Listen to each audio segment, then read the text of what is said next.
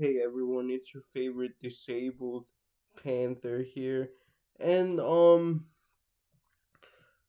I want to talk about something that I don't think gets talked about in an American context all that much, and that's how the Black Panthers changed my life and probably yours too. Um and Yeah, I mean, what can I say? My first, I guess you could say, run in with the Black Panthers. And if you don't know who the Black Panthers were, they were a revolutionary, um, organization active throughout, the late 60s, 70s, and early 80s. I think they were officially disbanded, or at least their original incarnation, which is the one I'm talking about today, was officially disbanded in 1982. Um, and they were an organization that fought for civil rights for African Americans, uh, in other words, blacks. Um, in the opposite sense of the way Martin Luther King and all those other people did it. They were more militant, more direct in their action, less kumbaya. I mean, they believed in people's equality and stuff like that, but just not in the sort of take it lying down kind of way. They were more centered around self defense and community action, like direct community action. And I know a lot of you, even after that slight introduction, will be like, "Oh, weren't you born like 12 years or 16 years after their disbanding?" And it's like, yeah, so how could they have affected you? But all I can say to that is, please allow me to cook a scrumptious, retelling of how they did that. And anyway, yeah. So I mean, I've said this before also, but I was raised in the South. My family came from a well-to-do, like, upper middle class. If I were to, even though they're not the same, because the caste systems in Spanish colonies versus English colonies was not as strict. There was intermixing allowed. Um, the castes were more fluid than in the United States, where it was really strict. With the one drop rule and the fugitive servant laws. And I'm only using servant as a euphemism because YouTube dislikes history. Anyway, and so yeah, but if I were to compare it to black experience, I would say, like, my family, as you can probably tell, was like a high yellow, essentially, family in Guatemala. Many of my ancestors were full-blooded Europeans. Most of my non-European ancestors still had some European ancestry. They were mixed. They were um you know um mestizos, or as we call them, Ladinos. Although interesting, Ladinos in Guatemala, it's more of a cultural description. It's more of whether or not you choose to dress in a Western fashion and follow indigenous rituals rather than your quote unquote race because everyone is mixed. Anyway, so we were well off, but I was born with cerebral palsy, even being pretty high up there in wealth. Like, I'm talking, I would say most years we made high six figures, and some years we even made high seven figures, like as a family. Um,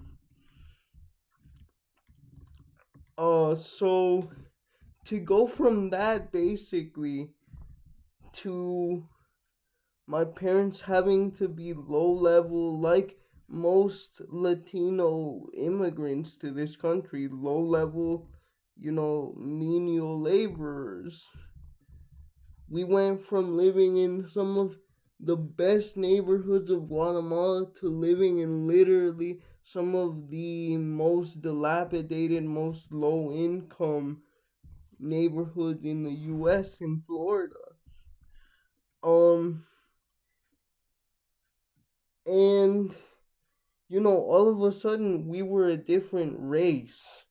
Yes, we looked white, but we were Spanish or Mexican, even though we're not fully either. Well, we're not even Mexican at all, but we're not even fully Spanish. Like, like my last Spanish ancestor was born in like the 1870s. I mean, actually on Spanish land. And even then, he was Gibraltarian, so you could argue he was British.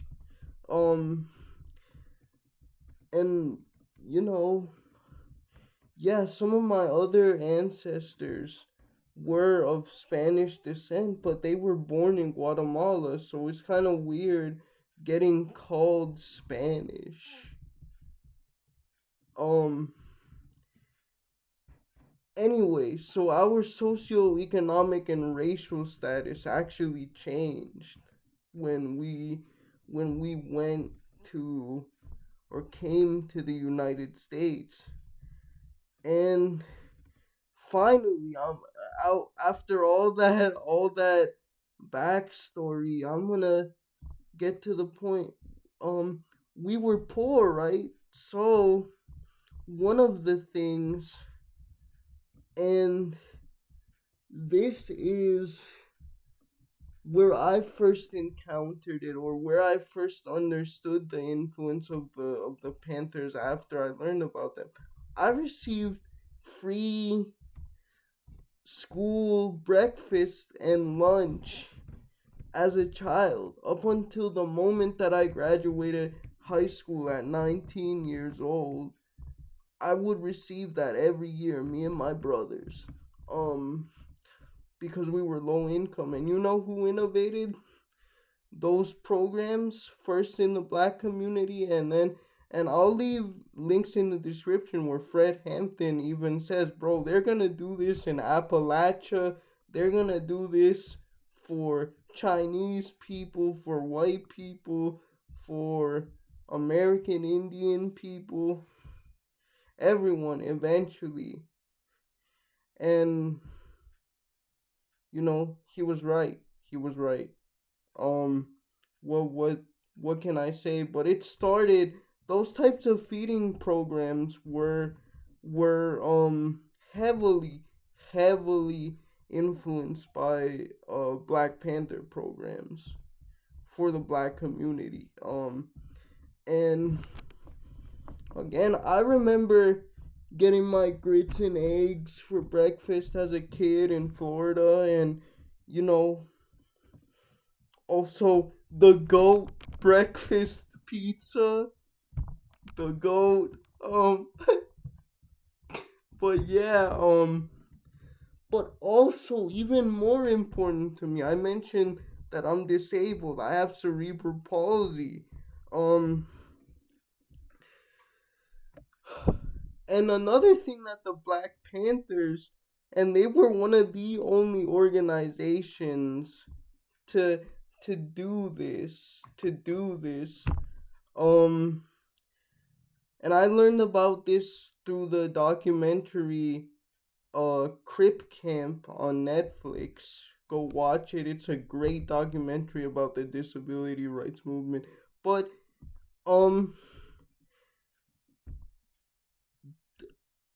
in 1973, the US government finally put in place provisions so that disabled people would have accessibility to federally funded buildings, as well as some school accommodations, what they call 504 plans for students that need um that need school accommodations for their specific conditions. Um and in 1977, the Secretary of um Health, Education, and Welfare would not sign those provisions in and enforce them. And Jimmy Carter, despite his reputation as, a very Christian man, and you know, to be fair, he is, but this was one of, aside from the Iran situation late into his term, this was another one of those things where, it doesn't really get talked about, but this is another uh blemish on his presidency. Again, no disrespect to him. I respect him. He's almost 100 years old now, but yeah, this wasn't a good look. But so the disabled community decided to get to work, and they occupied the HEW building in, I believe, California and Washington D.C. um until the secretary of the HEW signed those 504 provisions into law, or into effect, excuse me. Cuz they were already signed into law technically. Um and of course, if you're occupying a building with disabilities, you're gonna need food and water, and the government shut all that stuff off, bro. But who was coming through for us? Who was out here getting us food and stuff like that? The Black Panthers. No other organization for equal rights ever did anything like that for us. Yeah, we might have shown up at a feminist protest or whatever. Judy Heumann, may she rest in power, um, would show up or whatever, but it was kind of like, it's sort of bordering on tokenism, honestly. Um, but not the Black Panthers. They sent food to us. They supported us all the way. They put us in their newspapers. Um, and the reason why is that, one of the co founders of the Washington, D.C. Black Panthers, a man named Brad Lomax, had MS. And he eventually, in the 70s, would move to Oakland, California, and require the use of a wheelchair.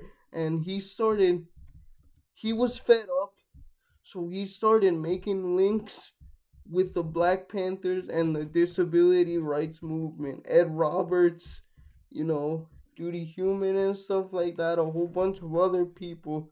But he was the link.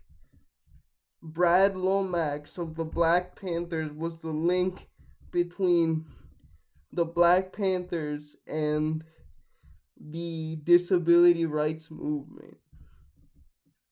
And we couldn't have gotten those 504 provisions in. If you've ever had a 504 plan, you also have them to thank, because we couldn't have done it without them. Or if you have which is more geared towards kids with neurodivergence, an IEP plan, an individualized education plan, um you also have them to thank. So I mean, what can I say? I wish there was a Black Panther like organization for disabled people, but to all current or former Black Panthers, um all I have to say is thank you. Thank you so much for changing the life of a disabled Latino boy living in poverty in Florida in the early 2000s. Thank you